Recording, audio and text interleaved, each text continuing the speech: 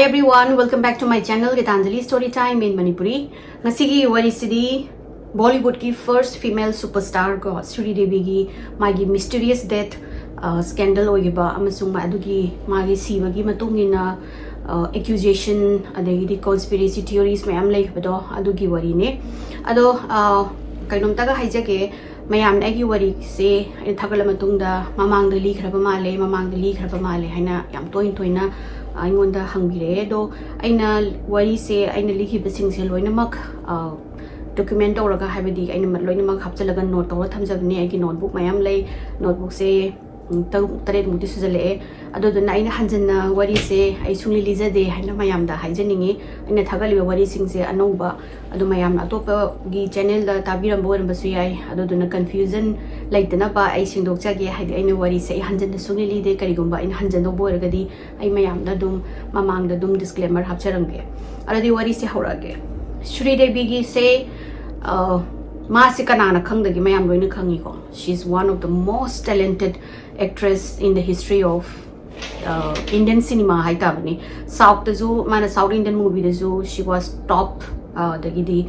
Bollywood ta changna matam da Hindi film da so she was top. Mana highest paying actress matam do yoirami and she was beautiful masak mana team post dai magi mamit magi mana acting to base hadi piri ba role sing da yam thina convincing oiba aduga ta khangdene hekta kappagi timing da sing require torgana hekta magi emotions utpa adagi comic timing da zu ma muti na comic haiba aduguma adumaina tawba actress amne she was epitome of acting powers and is mayam haine adi tokti matek haibado ado magi background hamasung mana journey into Bollywood aduga magi death mathang harake ma se August ki tang trau humdoi 1963 da poni mai maming aseng basina Shree Amma Yanger Ayyapan haina adu mai se popani Sridevi na poi sina Minapali Tamil Nadu da aduga magi mapa Ayyapan sina lawyer oi aduga mama Rajeshwari Yanger hai sina housewife ne magi manau pi malai mai mamin sina Sri Lata Younger kawe aduga ha magi step two brothers lai magi mapa gi previous marriage dagi oira male Sridevi ji anga wari ngai dagi arts literature adagi acting to ba jagoi saba aduga mas am pamjai aduduna ekta khoi mathanda isai sakpa aduga anga ma oin haitare ne isai gum bata gi je hekta adum pharaga tawba degi di mingsen mamang da jagoi saba khotpa aduga jagoi ga su yamna makhut ka nodana khotna am haibasida mai gi mama ga papa ga ne am thina supportive oi haidi typical adugi matam gi Indian gi family ma da hari se nupi laik pa ko kholu doctor engineer oyu lawyer oyu kaina ga haibi muta man apam bado nang pami ba nangi haidi classical dance nang tammo pam ba ma haidi mar pam jaba adugumba kano art ki adugumba sidaida moina pungning am thawat piraga mama mapa gi makhut yamna magi success ta makhut yamna lekhi hai aduga moi gi school gi function to ba koi celebration gumma to matamda ekta stage ato ta jagoi sabi khot pi dugumba yam thin expressive oiba ko pa jam tawi do na mayam na su moi gi oza gi dai si moi gi school gi mi sing sina function ma to bo ko pa da kano je Sridevi je hekta jagoi sabu ko pa tawi ada si gi function ama to bagi marak sida filmmaker amana ma se notice tong ni Sridevi je and she was only 4 years old ma je tahi mari sudangai ada mana notice to busida ma se hadi ngak ya ba angang ama jahi mari suri ba angang sina so convincing oina jagoi saba mamit mana acting to busdagi mana Sridevi gi ma pa sida chalaga Sridevi se magi kanogi cinema da hadi child artist oina ma se ya hunge na request orani to busda mama mapa ka sina yara akanda Sridevi sina moi South Indian gi cinema maming kandan Karunai haina 1967 da ma se do kumgrani ma adai si ma dagi no turning back ma des mai gi acting adagi di mam ka to bas mayam se am thina pam ba ngang hai child artist mo re dagi mai acting se continually bloomed adagi mai hai di hanba tung hanba step back lai dra ta rena adum mai gi move forward to le ma gi ahamba lead role se angang mo ina Tamil gi mythological movie amada mana kanu tawgani kumgani asigi movie se ki mating magi acting se mana id remarkable oi basida ma se mamin chakhane ba a very good young performer haina matam do mana sum tam tamna sima su khom da mai maming si su yamna sange aduga just to spice up haidare ne mana mai maming se Amma Yanger Ayyapan Madagi mana Sridevi haina mai stage name je low widoine mana tam tamna movie se phakola pahor podagi the phana koina mana south se top ta lai re cinema mayam phaw mayam kanu blockbuster mayam kumdana khotana aduga kona Hindi film da ma khongda ba hawra ani mana Hindi film da khongda ba hawba se Sola Savan haina 1979 da adaida mana hamba kumme adu cinema do yam kana kanu hit pudi oigide but it was like normal hai mayam na du mazigi acting du di kanu tawar mayam na notice tawba hawre Sridevi ki chahi mari matung da masina mu Jitender gi opposite cinema ama kan tawani Himmat Wala haina adoga sigi cinema sina 1983 da release tawba sida one of the highest grossing Hindi movie of the year actor Sridevi je mayam na notice tawraga Jitender mabani gi combination aroi bi da hek cinema je ku phawam tawre ai akoi angang oi ringai da yam pi ngai da kano thaina Doordarshan da cinema la ko matam da Himmat Wala ga na mana ja koi sabagi adogi acting ga siam tawre khangde mayam gi chahi lenga sing jina di loina khangang gani hujiki Gen Z angang sing di kaya Sridevi gi performance kaya di khangaroi Himmat Wala gi matung da gi cinema matang kum ba jina mai gi cinema se blockbusters goi box office da phaw boirani adagi di movie Sadma kaina ga adagi Chandni Mr India se agi favorite movie ore adagi Nagina mana lin gi on bedo madu do hector world phagi India overseas is very famous oigi hai Nagina aduguma phaw me ma je cinema se kumthara padagi ma se highest grossing khoi Hindi movie da hai tare ne aduguma haidi aduguma ina actress ama oirani aduga mazina first female Bollywood khano haiba first female Bollywood superstar mayamna Amitabh Bachchan gi khoi female Amitabh Bachchan kaina ga mase adu maina ga refer to bahorani haidi ma ge duma tak mana phaw base mana film shooting gumba chat pakhot pase mana south to tawringai da su magi mama se adum magi matung adum ille do mama na kari gumba thabak chindana or masangam dana hidingam dana ga laktragana magi manau nupi Sri Lata se sina dum maga dum chapmina ba khop tawra ani aduga magi entire haitare ne mana series boki manung boki movies over 300 movies ma sina cinema kanu kumeba cinema chahum ma se kumgareba ma se cinema mayam sigi ko award mayam su phange one national gi award ma phange adagi di film award mari ma phange adagi 8 film fare awards phange aduga lifetime achievement su phangani ma sigi kana phawri ngai manung sida 1992-93 gi marak sida ne Jurassic Park na cinema ama thopane Hollywood ki adada magi director Steven Spielberg tuna Sridevi se approach tawe role amagi role se amkana chawbudi nati role macha ma du khara significant oiba role or male offer tawbada Sridevi ni matam do ma tina top ta lari ne adu na Hollywood ta chatlaga just minute manga taragi role tawbududi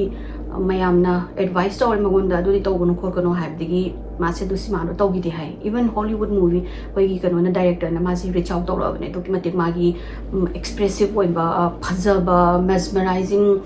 khangge mayam na ngongno matam dogi the top ni ma se 1990s ki matam da ma si Mithun Chakraborty ga yam thina film guma me ade mabani se close oiraga moyani affair ama tawgini affair se am thina scandalous oidone Mithun sina magi Yogita Chakraborty na mai nupi luhonga lairaga macha su laira kandani Sridevi mabani gi affair orise aduga moi ani se lona su court marriage to we hai adu moi ani na mayam na media na hangu matam da or mayam na koi paparazzi mem na hangu matam di dum deny to we di moi luhong di khoti na but they were in a very serious relationship man amajina nupi thina Mithun na mai nupi je luhong ba loibaga divorce tawrani kolani na hairaga adum leibaduna chahi ama phause divorce tawdana do mai amamu haidi amamu excuse amamu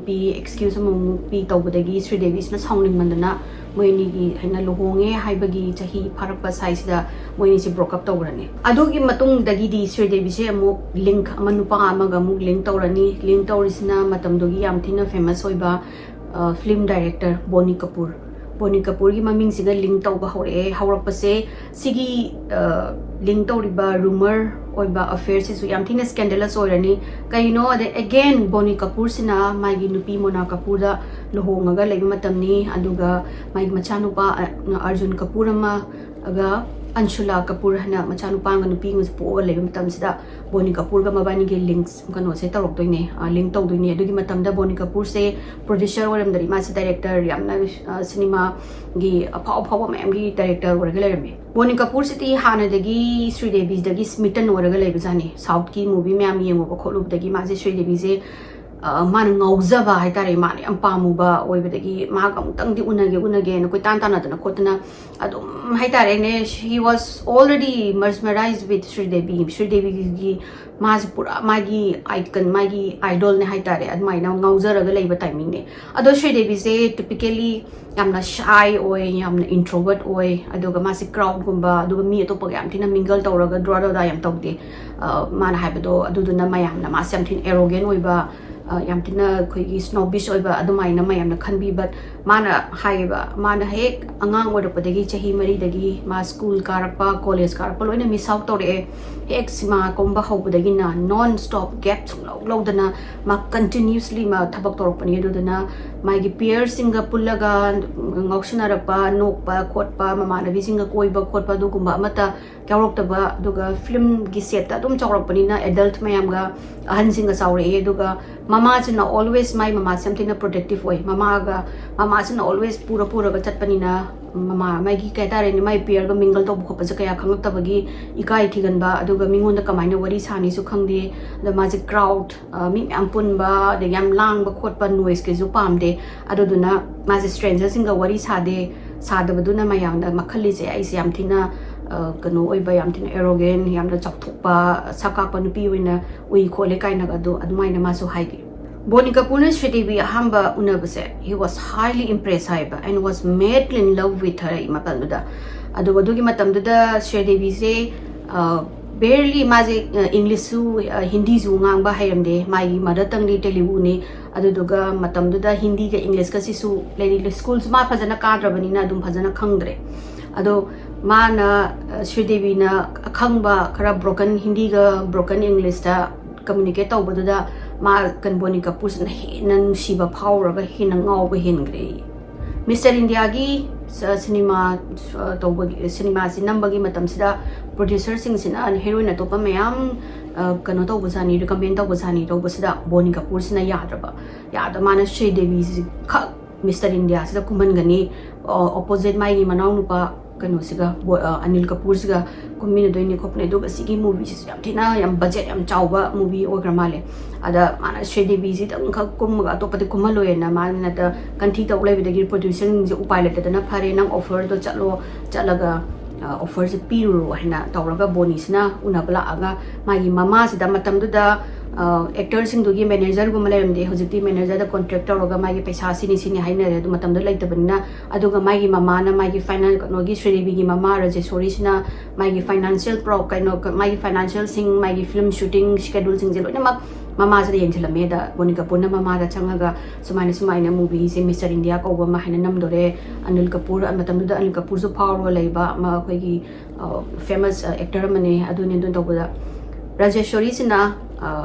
lakh tara hairapajani magi cinema pura dugi fido lakh tara hana adugi matamda Sridevi sina atopa movie singda dum 7-8 lakhs laurame hai adugo Bonnie Kapoor na yam pame do mazu khamu dongna tawbe do na 10 lakhs harakpa sida Bonnie Kapoor na no I'll give you 11 lakhs and haidi nang 10 lakhs to padagi hena lakh ama hena piraga 11 lakh pigani nang ngasi huju khudakta sign tawrona adumaina sign tawgebane Mr. India se adugi segi haina sign tawbudagi Rajeswari ga Bonnie Kapoor gi maraktagi eye se break tawraga Bonnie Kapoor se Sridevi gi mamang yam close oigi hai adugi sign tawnabai matungda and then the movie was super hit mayam loin khangamani si quite one of the best movie in Bollywood hana khangnabani March ki tang 1993 da Mumbai da bomb blast tawgiba matamdo aduda kano se Sridevi se hotel da manda leiraga shooting torong bajani adama asmaina hotel de lei khole na tawbudagi Boni Kapoor sina adu di am safe oide mare sina ma kana bu khangna bus lei banate aduduna akhoi gi yumda oina thamase na mana Sridevi je moi mayum da poraga thamdoine adoga Mona Kapoor Boni gi madugi matamdogi legal wife to Mona Kapoor ga Sridevi ga su yamna good friends ne hai aduduna Mona na su yarba haidi pupiro ma laijarasnu khoida doga du mai kano do mana mai phajana mayum ma kari gumba mai machi mana wai kino lak thri bokti laijarasnu na adu mai no mayum da lahen khrani ado leiringai manung sida mayam sina rumor to ba hore haidi moi ani je sumaina affair ama tawi khole do tawe na rumor to ropadagi mayam sina was mayam ngangarapodagi Boni Kapoor gi mama sina Sridevi da kano to haidoni haidi noi asigi rumor sing je noi na su deny to bunina Boni Kapoor da rakhi pullo aduduga mung bola bahai na hairo haidi chenna moi mayangi di malai ko mung bola bahai behen kaina adu to na ban haibdagi Sridevi na Boni Kapoor se rakhi pundoni Sridevi gi mapa se 1990 da cardiac arrest la hiraroi aduga si leitaba manung sida moi family se pura khoi shock oina leibado leibasida Boni Kapoor sina pura mai gi pillar of success ong na moi gi makri pura back to biraga emotionally amasung financially Boni Kapoor na ga loina magin san bidana khosana to budagi Sridevi ga Boni ga se aduga my family sing se yam thina close oiba hore moi ni gi closeness oiba marak asida mama se amu khanghodana brain tumor nai haina diagnose torani sigi pause tapdagi Sridevi sidi pura she was like shocked adagi she was shattered to the core mas upai kadak magi kadogdoino mama se mai pura magi support system ne angang wai ringai dagi mama se yam close oina lairaga sumaina brain tumor nai kholen tori marak sida Boni Kapoor sina always support over emotionally khangde magi kayatare ne kano adi na more than a friend support tawraga di mai pura moral support oina mai maning the backing tawra chauna leibsdagi Sridevi se dum tamna Boni sti dum Boni Kapoor na di dum pame nungsi na dum hai leibjani ada ma se hamba yaramde rakhi su pulle dagi di Mona je su mai kano ni friend ni khotpane mayam na ung kai kinong na gini and already ma se hana married men amaga su affair tawrugagi kano tawraga leibane haidi adudugi yam experience thina leibani na yaramde hai adubu tamna Boni gi support adagi mana care tawba adagi Sridevi gi makta mana wajaba khotpa mama haidi mapa legi daba matam da su adagi mama hujik nare haira kan da su Boni na chauna mai gi maning da lep leibdagi ma gi feelings se tamna Boni se pama su ke ma haidi reciprocate tawba khaga tamna haurani mama sigi surgery gi matam je yaure surgery matam sida disaster ma thokdoni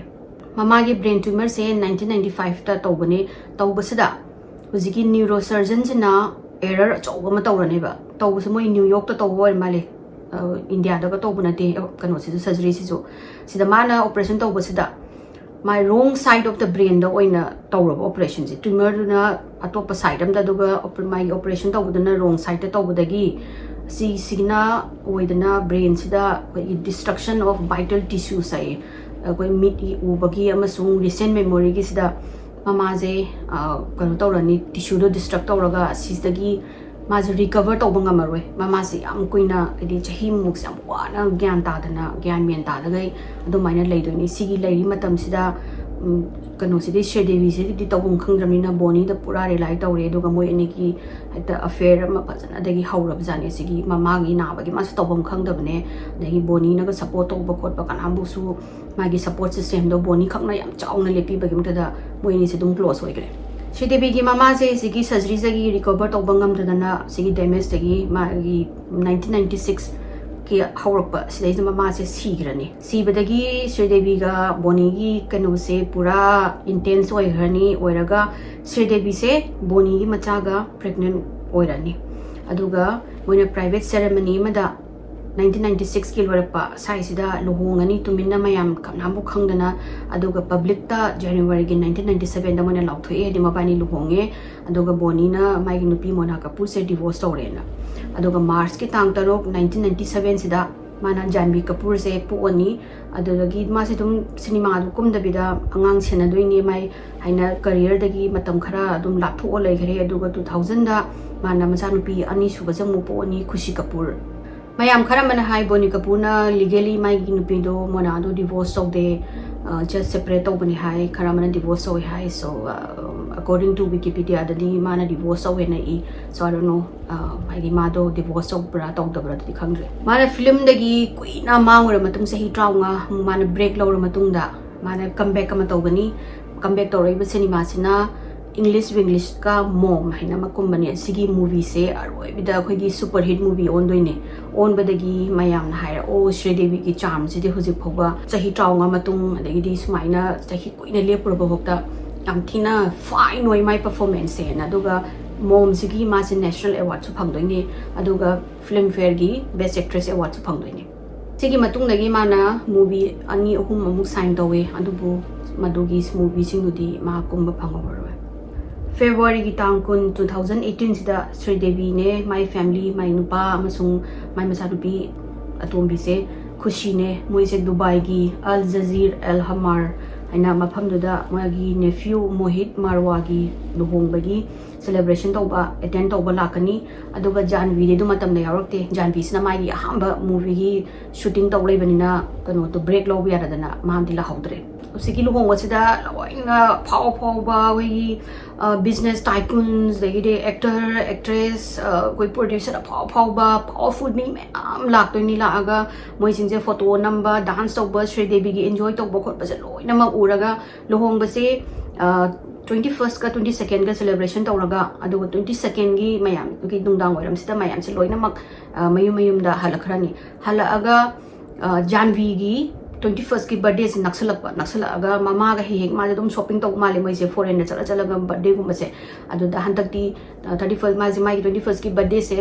lakpa su yadre ma film shooting lai bani na adu duna Sridevi sina decide tawraba ma Dubai da mata hadi nu mini humni mu lai thauge adu ga macha nupi gi shopping tawraga ma ju just relax tawraga hotel da lai ko pane na tawdagi phare aya Boni Kapoor na madi Lucknow da moi gi kanu mayam gi achaw sang mayam gi meeting ama lei adudana ma adugi meeting du attend tok da yade adudana ma ga khushi ga chatlage aduduga nang amuk la on hairamaga Boni ga khushi ga di 22nd da adum India da pai khare aduga Sridevi na hotel ama da check in tawdune mana February gi 22nd sida Sridevi na check in tawriba hotel se Jumeirah Emirates Tower hotel hai Dubai da lai bai amtina luxurious oiba khoi gi kare tare na atangba hotel dani mana check in tawbasina 620 aduga room number na 2201 da check in tawre adamana check in tawbagi laibase khara di weird oi ko na khangak toine Sridevi na check in tawba mana 22nd na check in tawraga 23rd ka 22nd jesu kano toroktre room service kumba chabagi kai amata order torokte aduga magi ka dagi mapan su tholakte adagi mu 22nd su mu mapa 23rd jesu mu mapan da su tok tholakte aduga thong ju hangtokpagi kano sumta ude room service su order tawde adu CCTV sing de loni ma capture tawe magi timeline do yengbada ma mapan su tok tholakte habse do weird oi but ide adugi du mayam hotel mai do mana lairisina ko gi private suite amada laibani hotel gi meeting jina su yam kana khanjalu da ba haitare ne de adu maina room service ko october ko ta bajing do Boni Kapoor di mana Lucknow da gi meeting loraga 24th ki February sida ma se Mumbai da hala kano na Sridevi ga mabani se Sridevi na phone torok pasani Sridevi na phone toraga mai nu pa na yam miss tawe khole ma I wish you were here with me kainaga hai bizani hai bis da Boni Kapoor sisu I miss you ado ai huzik yam na meeting aruba ma laidori do na ai gi phone je switch off oi bi ai ado horen oi hai hek on oi baga ina won phone torake ko on hairaga thamme ado bu Sridevi na khangdabadi Boni Kapoor sina ek Mumbai da halakpaga masu Sridevi je miss tawdagi Sridevi se join tawge hena Dubai da join tawge hena mana ticket ka aga airport ngai ngai tane bang sai Sridevi na phone tawrai se I miss you ka haise adoga mana sai flight to pai adi phone do signal pangaroi to chop tawge yararoi adudana mana meeting lai na haijanaraga surprise piruge hadi Sridevi do ma su miss tawi same nang na tawbuda du mai na kain haraga magi nupi dogi ka da chalaga kai surprise tawge na khanbagi adumaina kano na Boni Kapoor na plan tawbane Boni Kapoor se Dubai da pung taruk kamini kun sai se tang kun mari ki se yaure yawaga ma straight Sridevi ki kara changa ga kara thong thile ga Sridevi se thong hang tor pada Boni Kapoor le ramasi da she was overjoyed ma cha harau no phan ga ma cha dong ga chung nge khole de yes nang ngona da mana surprise bi ba khot pa tori ma nai no surprise bi ki toi ne ado ngasi je ai nang shopping chu puthoke adu ga yam thina luxurious oi ba lavish dinner ma ga chase khot se na tawdagi phare na moi je living room ado moi hujiki private shoot hai se kaya mo king yam thina chawba kanoni ko room ni ko ai tunga na separate living room chawnam leirani adagi di separate bedroom chawba ma aduga moi side kano ka hujiki bathroom chawbong ga leiraga mafam ni ada mobile ni sai living room da phamaga moi ni se wine consume tawe hai wine kha thae hai alcohol atopa so khara thap male adagi minute ko wari sanaraga thengani nang loisaluro ko ai book tawrabane hujiki mafam se an haraga Sridevi sina living room dagi bathroom da changraga ma iruzaraga loisalage na changre ada Bonnie Kapoor ji did ada phamaga cricket match ama lakpa jani dami do ma phamaga dum yeng lere yengai sida minute kun mu sujala pasida Sridevi ji na ka dagi moi gi loshala tholok ta sa ma ji pungeng de man ok tam guding ngali do Sridevi ma ji kam khalo de usually Sridevi ji loshan bada matam am changi hai ma do gnu mi ji jo mana hai je I'm going to look myself the best kana hara majane hai ko mana kwai dagi best oi look ta ma tholok do ni kaina da na mai wakhan da matam dum changi orangani na ade ma ji dum cricket to yenga ga da dum cricket to dum ko de matam je khangong da na yengu sida minute ni phumu sujale Sridevi ji ma pan so tholok tare ba loshalaga adagi mana kanu Sridevi ji ko bujani Sri na ko busida khumak ta badagi moi dagi living room dagi moi intercom phone lai bathroom bo phone to ra mana phone ji lokhalaga bathroom sida phone tawe ahamba to se pairak tre adagi amu khan ani rak subang tawe na se pairak tre de mana ko ra changa bathroom se ko bus khumak ta dagi mana thong ji ani rak thillaga reply to tab sida mana thong ji hang tu edo thong do moi kanu do lok yaw de unlock oi ram hai thong da hang tu ga mana bathroom na changa kan da di magi pura nightmare do oi ram ba pura drishya am da ler ma Sridevi je pura ising da lupaga makhung makutegi mamai moi gi batap se ting chawi ko chawani na dum pulap oina han ma ju pulap oina lupa yap jani do pulap oina lupaga lerame duga ma je unresponsive haidi gyan ma ga lerame ade ma je tobum khangda na mai da hotel da same hotel le mina ba mamana sina mana phone tawraga sumaina Sridevi do sai ising da lupaga lerame khot amina ngum tla ona adoga mana moi hotel gi staff sing do mu phone tawre da gi di phone karaga hotel gi staff sina moi do gi hotel gi doctor do kawraga lai la kan moi jing ji puthoga ma se ki CPR ga pira ga kholaga yamna kanna ba taw do upai le tre moi phana ko ni try tawrame de upai le tab de gi doctor sina Sridevi se sire she's no more na hairaga mana magi sibagi ko se heart attack ne na hairaba aduga adu nam hujik sida do hotel la siram banina police kawron haibagi Bonnie Kapoor sina mai kanogi Dubai gi police kawrani aduga mana sumaina incident se haina heart attack ne haibagi Bonnie Kapoor na mai back India da mai family sing da loina hairani sumaina Sridevi do heart attack tawraga sirame forensic team ne aduga police ki team se hujiki hotel mai gi room da la ani la ko pung tara adai da dungdangi pung tara dai da lae laaga moi jingjina loina mag immediately moi da investigation tawre doga si so high profile case oidrobanina kutak ta moi na yeng na khotna yenge doga Sridevi gi body se moi hospital anakpa di hotel gi manakta hospital achawbam lei apnakpa aduda puraga dugi mo ko thamme aduga autopsy di tawdre moi gi Dubai gi Sunday se mana siba numi se thangjawar male aduga Sunday sidi kanam bok thaba ka da male doctor gira kari no ka da banina moi mai gi postmortem je adi mai gi autopsy postmortem je delay tawraga just kano da uji gi mo ko thamajen thamadagi Bonnie Kapoor na mai mayum da inform tawgi matungina nongalak pagisda 25 kisida Sanjay Kapoor Bonnie Kapoor gi manang nupa atum basina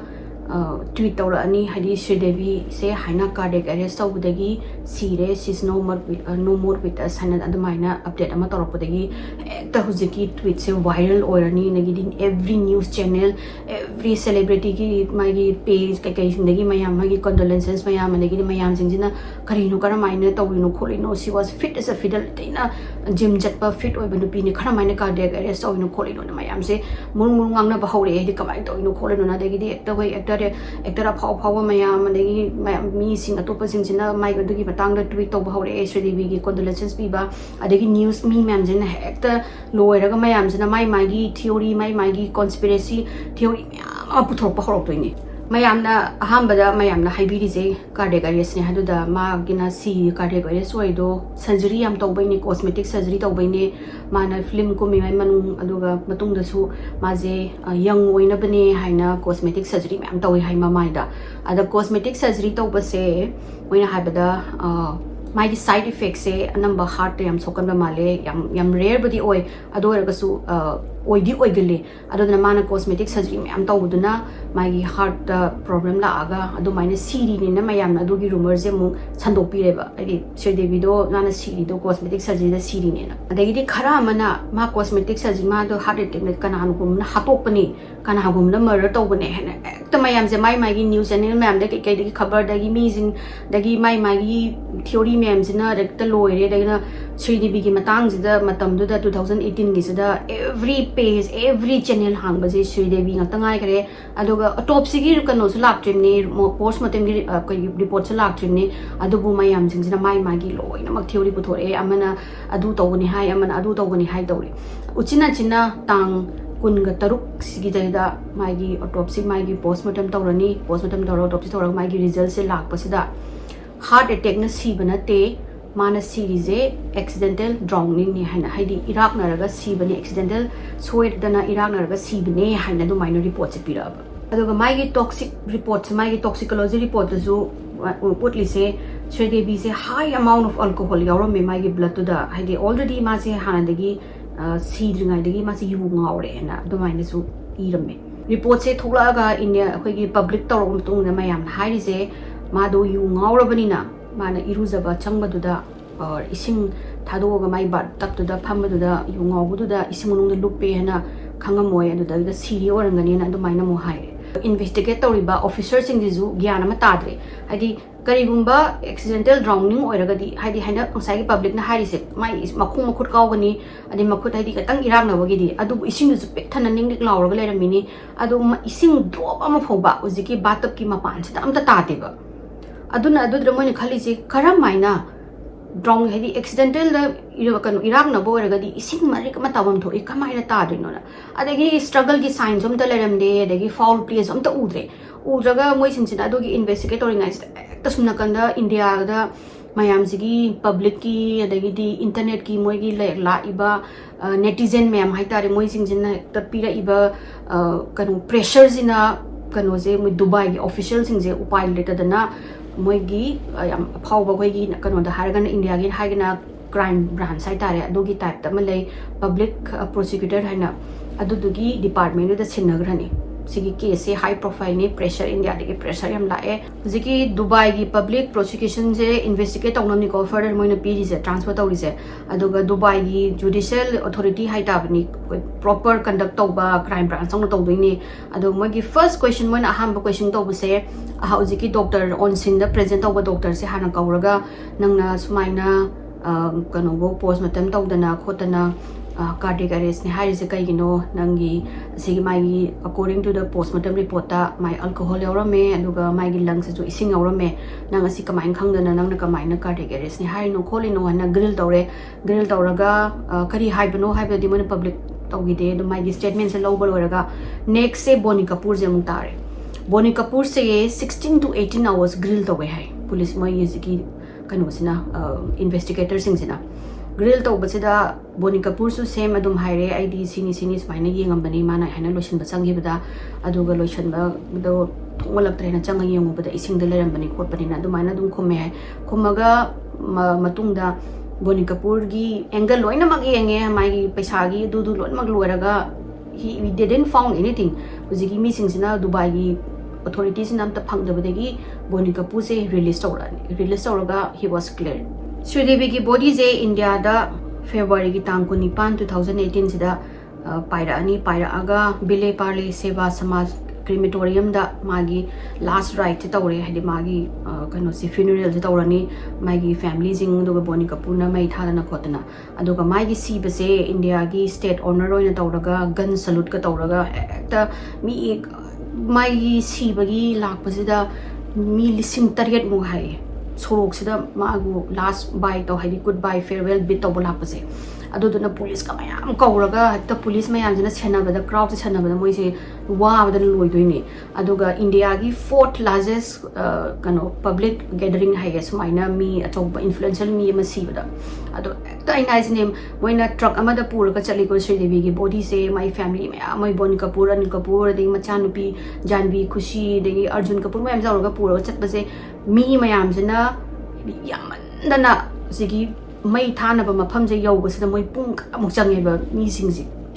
inaraga Sridevi gi last yeng bala pase toga March ki tang ahum 2018 da mai gi machanupi ani dune mai kanone Boni Kapoor ne tauraga Tamil Nadu gi Rameshwaram haiba beach da mai gi utto kano taurani haido an mai utto haida birane public singdi yaningdreba moidi pura suspicious oire duga moina chingnaraga haije karam maina accidental di drowning oidoino moina release tori statements dazu yamna soiba mayawiba drowning habagi mahutta accidental drawing haina iraga misspell tawraga public tawre I don't know kamain tawra ino ado dona public ta hujiki photo lakuma tamdadi mayam sina adu da onjala ga khudbom bithile drowning hide the mahuta accidental drawing high is book maina no asidi sungta thaja de moi gi moi na release story best statements arahan bani hana public ching jin to viral jat khare yamna Dubai official amasung kai government hangi je sibagi truth to kaino kadobagi silo salaga thamino aduga Sridevi ga magi sagi Sridevi gi fans ing adagi magi Bollywood ki enthusiasts sai tarane na believe tawri je sigi story sida hena adi sina taba atopa story ama lai asi mona lot pani kanangumna kainoma crime tawraga moina adu lot na bohona da asigi khoida apangba ni khallaga moina sigi reports pirapani na adu maina tawra lai most controversial over theory ama lai se filmmaker ni ko ma se Sridevi gi fan amasung mauda ngaujaba filmmaker amne mai maming ji Sunil Singh kawe Sunil Singh na claim tawri je Sridevi gi se magi si base accidental kano nate Iraq naraga siba nate maje murder tawbani mana harise aduga majina khoigi yamna kano tawba fruitful oiba research tawra matungda aina backup tawnaga claim lai mana straightforward Boni Kapoor je accused oiba Sridevi mana hat panena aduga Sunil haise mana digging khara tawi digging khang tawraga mana information khara phangi Boni gi matangda Boni se magi financially ma se downturn tawraga ma kana struggling tawraga lai hai Boni Kapoor se masi film matam da back to back 2018 matam se masi back to back film je flop chatlaga leiba jani aduga film ma flop chatpa se producer da yam thina moi investor de pisa se mayam mangi ko mona loan mayam ngon gi puru kholu mayam tawba masa gi pisa mayam je puthoku gani aduna ek film je phau da matam da movie ma phau da da producer je loina ma hektam pano tawdoine kangkong chai doine aduga Sunil sina thigat pagi matungina mana harise Boni Kapoor gi ahamba success se mumana producer ama oina hoi ma hana budi yam thina successful oiba director ni adubu mana producer ama oina success phangi base no entry haina cinema ama 2005 da tholaki Salman Khan ga adugi cinema da major blockbuster hit ama oigi aduda my first ana hamba success ne adugi matungda 2009 da Wanted haina mu Salman Khan ga mu namane adugi cinema se da amu second huge success hai tare adu phanga matung dagi di magi movie sing je loina mak back to back flop chalaga my financially ma then high struggle tawraga lei sini Boni Kapoor ga Salman Khan ga se hana yam thina close knit oi ba yam thina yam sinana di as a brother moi se du maina leminara me do dana Salman nam thina Salman Khan yam thina back tawraga haidi mai mating pangaga movie ga se ku member 2010 da Salman Khan ga Boni Kapoor ga se moi ani bakta riff ma lak toine riff la isna magi machan kano gi Boni Kapoor gi machanupa Arjun Kapoor ga Salman Khan gi manau nupa gi nupi Malaika Arbas gi nupi Malaika Arora Khan siga moi ani affair hawrokpam jani affair hawrok pasida mayam singje loina khangnara padagi Salman sina kano sida Boni Kapoor da hangatam da Boni Kapoor se already khanga lerama ba id mai sanu pasiga Malaika siga sumaina affair ama tawi habse aduga kano da Boni Kapoor na blessing pi na haizani sanu pada nangna bu hai pa madi nangna pa bani ai kem yet oyena adagi kano sina Salman sina songning mandana Boni Kapoor da stern warning ma pi bajani yam serious of warning ma pi jani nangna sanu pa se ai isan kanodagi mai gi bhabi haitare stegi mai family dagi lapna thammo aduga mana tawriba behavior se to hayo natragadi kaya nungai roi kholoi na adumaina warning to se boni kapuna matamda da mazu cinema do ti producer apaw bom oi ni kholini masu ma admaina sakak sala pakai na khalu bajane aduga mana boni kanona salman na kano tawri se warning tawri se mana lawdraba aduga salman hena sauri sisu kanoga boni kapurga salman khan ga tinan khari tinari ngai matam haidi moi relation do phari ngai matam da arjun kapur se adum laktana khotana salman gi mayum da laidana ko hadi laktana khotana do basani aduga salman gi mana yoksaba mai machanupi malai arpita khan haina arpita jiga koina bajani koina raga arjun jisu cinema da haidi movie da kumak haidi changak to gi timing oi bajani do dana salman gi kanoga lawdana masa koi masa weight lose to bagi edu ka toroga he was like a more than a son hai tare moi gi mayum gi machani kaina khalaga leiram bajani leiramaga leiraga moi mayum sum la ga leibasida malaika ga mabani je close oiraga moi ani gi affair hora matungda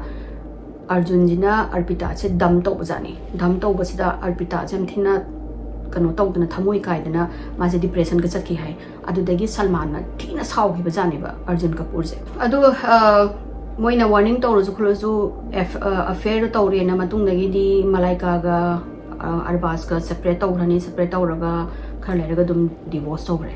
sigi divorce tawba sigi separation hana koina tawi hai separation gi matang dagi boni kapur se salman na support sung taw tawidre bana tawramba promotion maya madagi di mating tawramba sing do loi mak chap lep khare lep pajagi matung dagi di adi salman khan se biggest kanwani superstar ni hollywood kanoi bollywood ki di aduga mana support tawdaba hai se boni gi di mangja doini kai kino da ma top actress maya madagi di ma on the invest my movie da invest tawdo mayam sing do loi na mak back out tawgrabanina my bollywood ki career se it goes down the drain hai the movies flop after flop cinema se pharaga phajaraga su khoraga su support ama moi di asmaina support yaute ya de hai achauba star ama na he support tawdabada career se loire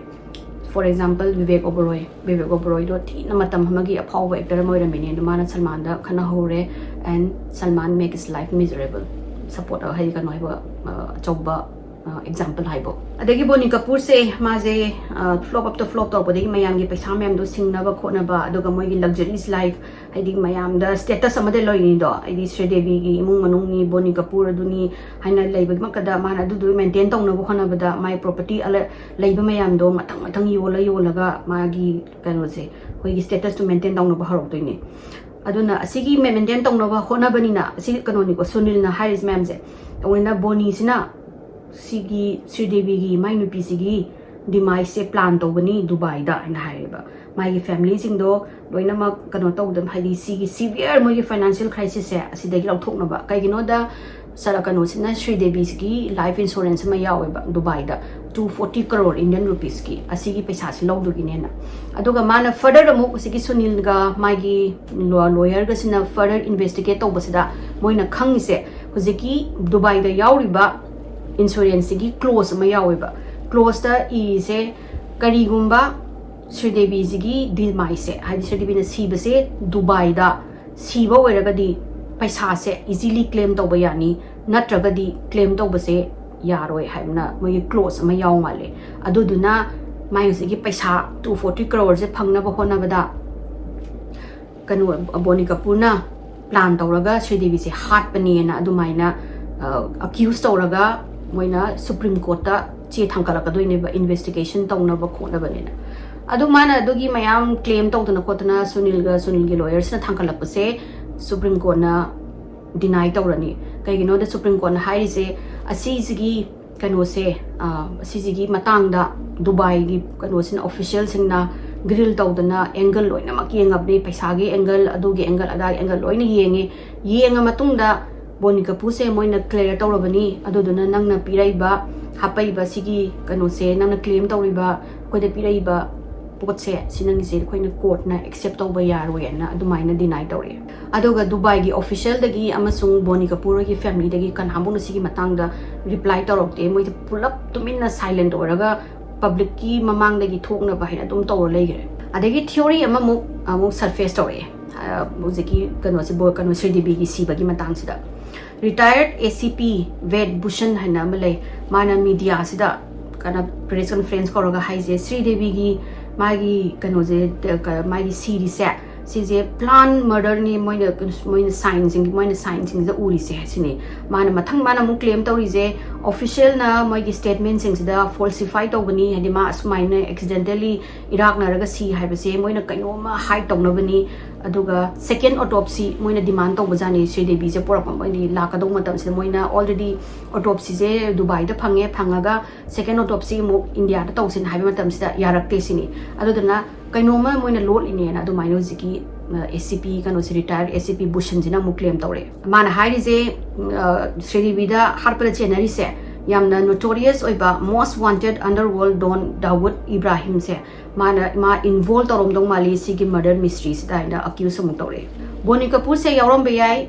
yarom da bayai ma hairi se adubu harpadi Dawood Ibrahim na harpani sini ma huziki kanona lairiba Sridevi na lairiba hotel se si hotel se Dawood Ibrahim ga link to ba ma su yaw ba partner oira male aduga Dawood ki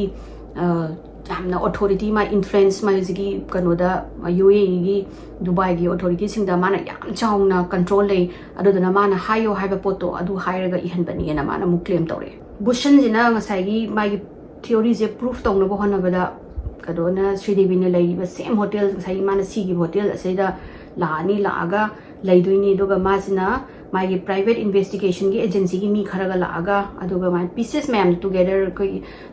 kano staff ma'am kano to questioning to na atopa mayam tawra kholaga adumaina kano to thijan humjan ba je haure aduga Bhushan jina Dubai dagi huziki kano dagi staff mayam kari kraksing dagi loba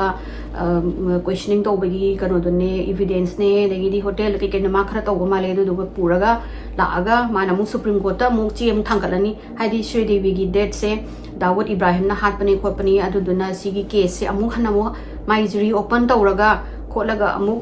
tawsi khochena mu che thangalap se amu Supreme Court na mu deny tawrani ba nangna case hangtok se hai se it's a high profile case Dubai rom dagi clear tawra abani mai gi to accidental da drowning tawraga sibani khopani duga nangna purai ba sidai da piri evidence se case ama mai gi case reopen tawbagi da matik chade haidi enough oide concrete oide solid oide adudana deny tawrani na amuk deny tawre mayam sina aidi yaning baje sunglai laitre ba Sridevi na do minus hoiraga Iraq na ba haise kaino madi laine na makhan gi theory ma'am thogle e mai gi murder tawbani khotpani aduni adani police achau achau ma'am na zu case thangale khole but everything was denied loina mak haidi concrete natraga solid proof porokri bogwa case hangoi na dum Supreme Court na dum deny tawga leire Dubai gi official amasung Kapoor family dagi kaimbo respond laraktre hanes maina public na second case haina open tawsi khochen hai jinoi kai hainingi khoningi natraga noi gi ama answer pio na hayon tamda moina karimbo answer la aroi amasung moina dum hairani khoi kaimbo no comment hara dum leire moi Kapoor family se aduduna hen mingon da curiosity oi baje heleba kari gi no moina tumina leije life insurance ki moina haibu su amta no comment and tawlai adagi zik Dawood Ibrahim na halini no comment and tawlai adagi de mayam gi mayam accusation lai sing je moina amta clear tawduna karimbo haida gai leise kai gi no na mayam jina hen kan to ba hawrabni khwaidagi convincing oiba theory amamu haidi surface story adu sisina mayam na khwaidagi kadena netizen sing amasung India gi public sing na yaning ba theory ne adu sigi theory se kaino habida mayam na hajigi theory sina hari se Sridevi gi last post se 22nd kano gi February gi 22nd 2018 sida post soromeba moi luhong loi gi picture ama sigi picture je post soroma tung sida kano gi Sridevi gi post amatta torokhidre social media da no update nothing aduga aduduna ma se sigi kano sida marak sida Sridevi se adugi post soroma tung amasung tangkun mari Boni Kapoor na laktrina gi sigi marak se asija ma je siramdong mali sini aduga Boni Kapoor na mai gi nupido mana meeting Lucknow dagi meeting halaga phone tawbasida pau je sungpau phauna bangam dabadagi phone paikhalak tabadagi Boni Kapoor na staff moi gi hotel dis duda phone tawraga haina Sridevi do room 22 sigi 01 da laibani ma do haina kano phone paik tre khotre na check tawu so na ꯑꯗꯨꯃꯥꯏꯅ ꯍꯥꯏꯕꯗꯒꯤ ꯑꯗꯒꯤ ꯃꯨ ꯍꯣꯇꯦꯜꯒꯤ ꯃꯤꯁꯤꯡꯁꯨ ꯃꯨ realise ꯇꯧꯔꯛꯑꯦ ꯍꯥꯏꯗꯤ ꯃꯥ ꯆꯦꯛ ꯏꯟ ꯇꯧꯈꯤꯕꯗꯤ ꯄꯨꯡ 3:30ꯗ ꯆꯦꯛ ꯏꯟ ꯇꯧꯈꯤꯕꯅꯤ ꯑꯗꯨꯒꯤ ꯃꯇꯨꯡꯗꯒꯤ ꯃꯥꯒꯤ ꯀꯥ ꯊꯣꯡ ꯍꯥꯡꯗꯣꯔꯛꯇꯦ ꯑꯩꯅ ꯍꯥꯏꯕꯗꯣ ꯉꯁꯥꯏ ꯑꯍꯥꯟꯕꯗ ꯌꯥꯝ ꯋꯤꯌꯔꯗ ꯑꯣꯏꯅ ꯍꯥꯏꯈꯤꯕꯗꯣ ꯀꯥ ꯊꯣꯡ ꯍꯥꯡꯗꯣꯔꯛꯇꯦ ꯑꯗꯒꯤ ꯀꯩꯅꯣ ꯔꯨꯝ ꯁꯔꯚꯤꯁ ꯑꯣꯔꯗꯔ ꯇꯧꯗꯦ ꯑꯗꯨꯒ ꯃꯥꯁꯦ ꯃꯥꯒꯤ ꯃꯆꯥꯅꯨꯄꯤꯒꯤ ꯕꯔꯊꯗꯦꯒꯤ ꯁꯣꯞꯄꯤꯡ ꯇꯧꯗꯣꯏꯅꯤ ꯍꯥꯏꯅ ꯂꯩꯍꯧꯔꯤꯅꯦ ꯑꯗꯨꯕꯨ ꯃꯥꯒꯤ ꯀꯥꯗꯒꯤ ꯚꯦꯟꯆꯔ ꯐ꯭ꯂꯣ ꯇꯧꯗꯦꯕ ꯀꯥ ꯊꯣꯛꯂꯛꯇꯦ ꯁꯣꯞꯄꯤꯡꯁꯨ ꯊꯣꯛꯇꯦ ꯀꯥꯁꯨ ꯊꯣꯛꯇꯦ CCTVꯗ ꯃꯥꯒꯤ ꯐꯨꯇꯦꯖ ꯑꯝꯇ ꯀꯦꯞꯆꯔ ꯇꯧꯗꯦ ꯑꯣꯡꯂꯤ ꯃꯥꯅ ꯉꯁꯥꯏꯒꯤ ꯇꯥꯡ 22ꯗ ꯆꯪꯈꯤꯕ ꯃꯥꯒꯤ ꯔꯨꯝꯗ ꯆꯪꯈꯤꯕꯗꯣ ꯑꯗꯒꯤ ꯍꯦꯟꯅ ꯃꯥꯁꯦ ꯀꯥꯁꯨ ꯊꯣꯛꯂꯛꯇꯦꯕ ꯑꯗꯒꯤ ꯃꯣꯏꯁꯨ ꯄꯥꯈꯠꯃꯟꯗꯅ ꯁ꯭ꯇꯥꯐꯁꯤꯡꯗꯣ ꯃꯥꯒꯤ ꯔꯨꯝꯗ ꯆꯪꯉꯒ ꯀꯧꯔꯒ ꯌꯦꯡꯉꯀꯥꯟꯗ ꯈꯨꯝꯃꯛꯇꯕꯗꯒꯤ ꯊꯣꯡ ꯍꯥꯡꯇꯣꯛꯑ ꯆꯪꯉꯒ ꯀꯣꯏꯊꯤ ꯊꯤꯔꯒ ꯑꯃꯨꯛ ꯐꯪꯗꯕꯗꯒꯤ ꯕꯥꯠꯔꯨꯝꯗ ꯆꯪꯉꯨꯕꯗ ꯕꯥꯠꯔꯨꯝꯗ ꯑꯗꯨꯃꯥꯏꯅ ꯁꯤꯔꯒ ꯂꯩꯔꯝꯗꯧ ꯃꯥꯜꯂꯦ ꯄ꯭ꯔꯣꯕꯦꯕꯂꯤ ꯃꯥꯁꯦ ꯗ꯭ꯔꯒ ꯑꯣꯚꯔꯗꯣꯁ ꯇꯧꯔꯒ ꯑꯗꯨꯒꯤ ꯗ꯭ꯔꯒ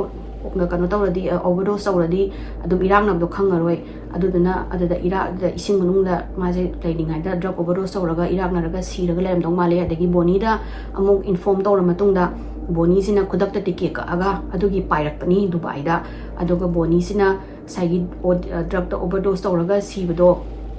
ꯀꯩꯅꯣꯒꯤ ꯗꯨꯕꯥꯏꯒꯤ ꯑꯣꯐꯤꯁꯤꯌꯦꯜꯁꯤꯡꯗꯨꯗ ꯃꯥꯅ ꯍꯥꯏꯖꯕꯅꯤ ꯀꯔꯤꯒꯤꯅꯣ ꯍꯥꯏꯕꯗ ꯀꯔꯤꯒꯨꯝꯕ legendary actress amani Sridevi haise phaudna mana phana koina Bollywood hall se dagidi South Indian movie India gi movie industry se mana rule tawraga laiba nupi se mana si se drug overdose se sibani na mayamna khangagadi magi maming jingje mingchat thirani history bok da drug user ni madi actress hoira su drug charaga sirami ni haibase mayamna khangi tare aduna Dubai room da su yamna respect tawbanina Sridevi se amasung India da su mayam respect tawbanina mana India government amasung Dubai gi official Indian official man sida haijaraga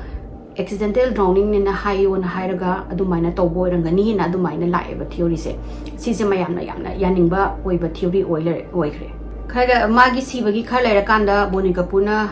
magi post ama tawrakani social media da haibadi Sridevi na matangda ayam thina wangang base yam thin ma painful oi khole mai si be matangda mayami mamangda di ma se she was a superstar adubo aigi di aigi nupi ni aigi icha gi mama ni mana aigi imung se glue amadongna ana mana kanu nappaga thamami ni ma leitabadagi ma kanu tawre thamoi kaire mama haidi mama ama mangba haise macha ani gi su yamna shocking ni aduna akoina mayam da public da wa haidi haidraga suma yamna hangbado khumdri se akoi nungai tabai khumdri ni kotrini kaina ga dumaina zu update tawri adum mayam sina dum Bonika Puda accused tawba moi family da accusation tawba khotpa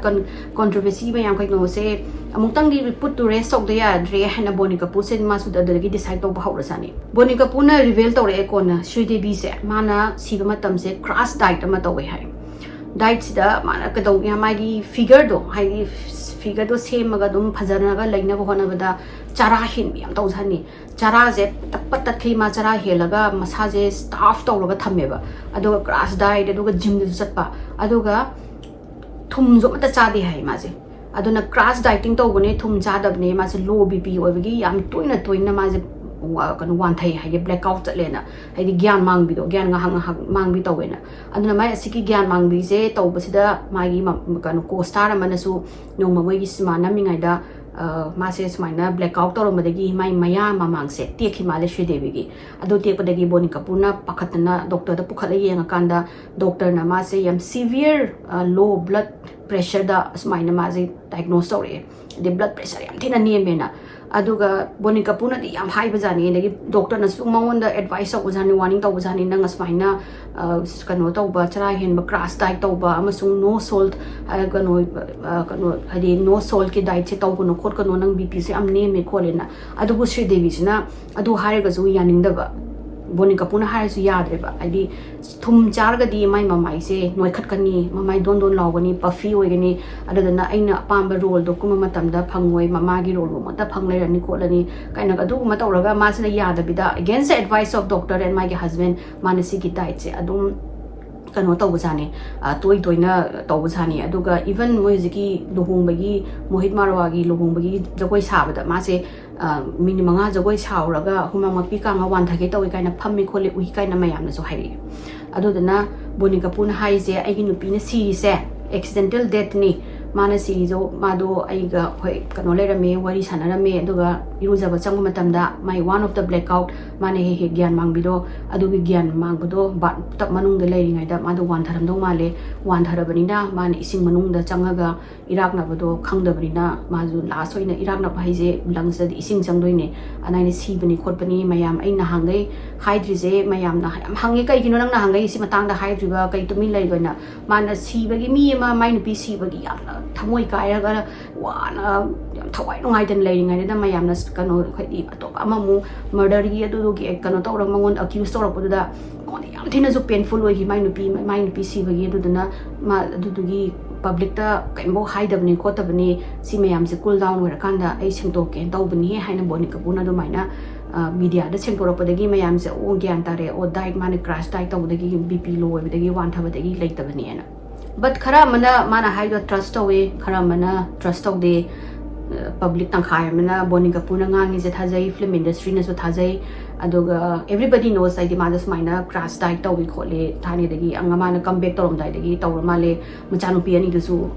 dong dieting ta holaga la hale hai ade dum figure maintain tawra leina bane na ado khara mana maje murder tawbani hai khara mana drug overdose tawra si bani khai ado karambano di khangre mayam da no ji yari se mayu madi mai thagre masatum na chakre adagi Dubai official na ju accidental da si bani aina haire e mai nupa na su du haire dagi India gi government na su di moi family gi side tagi amasung Dubai gi official sing na haire se moi na chumme na haira bani na moi ju do pai letre kai gumba haidi body do lera magadi maybe they might have done another autopsy but adu di possible loidre adu mayam kai khange Sridevi gi si base mam ai gi nupa dana boni kapuna last piriba statement se chum khadra khanbra ai do comment ta habiramo adu ngasi gi wari se sita loisan jarage aduga mathangi wari da mung thengnara si mayam adu bye see you again